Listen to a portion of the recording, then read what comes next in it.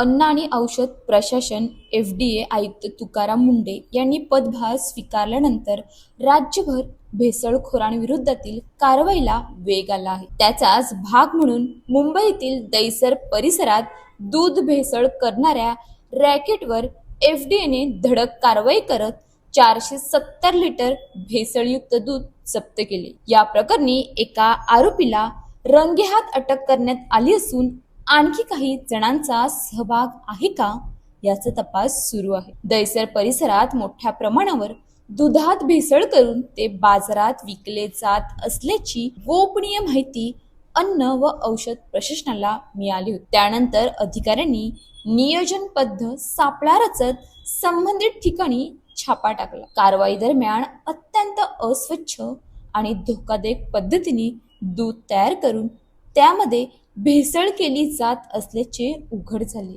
FDAच्या पथकाने कारवाई दरम्यान 470 लिटर भेसळयुक्त दूध जप्त केले। तपासणीनंतर हे दूध मानवी आरोग्यासाठी अयोग्य असल्याचे स्पष्ट झाल्याने 29,750 रुपये किमतीचा संपूर्ण साठा जागेवरच नष्ट करण्यात आला। त्यामुळे हे भेसळयुक्त दूध ग्राहकांपर्यंत पोहोचण्यापूर्वीच रोखण्यात प्रशासनाला यश आले। या प्रकरणी दहिसर पोलीस ठाण्यात अन्न सुरक्षा आणि मानके कायद्यान्वये गुन्हा दाखल करण्यात आला आहे। पोलिसांनी एका आरोपीला अटक केली असून या रॅकेटमध्ये इतर कोणाचा सहभाग आहे का याचा तपास सुरू आहे। दूध पुरवठा साखळीतील संबंधित व्यक्तींचीही चौकशी केली जात आहे।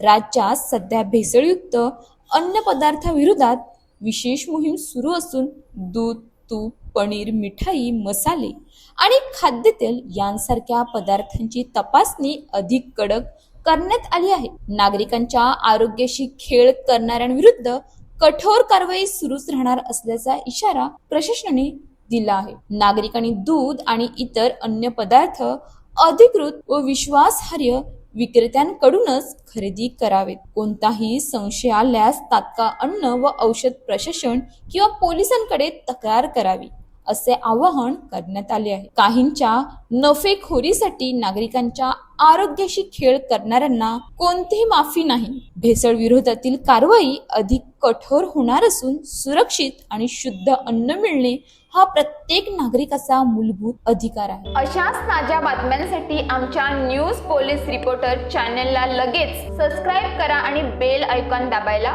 विसरू नका।